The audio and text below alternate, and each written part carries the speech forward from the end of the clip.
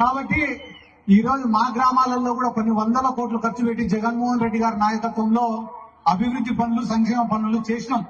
అన్ని చేసినా కూడా తెలుగుదేశం వాళ్ళు చేసే తప్పుడు ప్రచారాలను తిప్పి కొట్టలేక 11 సీట్లకు పడిపోయినాం.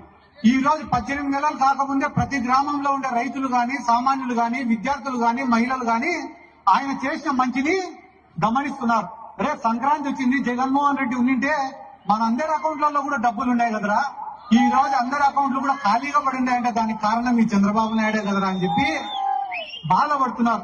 కాబట్టి ఇటువంటి తరుణంలో అన్నా చంద్రశేఖర్ అన్న వచ్చి ఫోటోలు దిగిన వాళ్ళందరినీ కోటేసినా గెలుస్తా ఉన్నాం. మళ్ళా వైఎస్ఆర్ కాంగ్రెస్ పార్టీకి 11 సీట్లు వచ్చినప్పుడే నిన్న 5,000 ఓట్లతో గెలిపించినారు.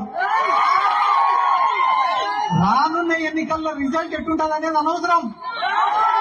వైఎస్ఆర్ కాంగ్రెస్ పార్టీ బీఫామ్ తీసుకునే రోజు నీ గెలుపు డిక్లేర్ అయిపోయినట్టనే. నువ్వు బీఫామ్ తీసుకొని టపాసులు రాసుకుంటే పోవచ్చు.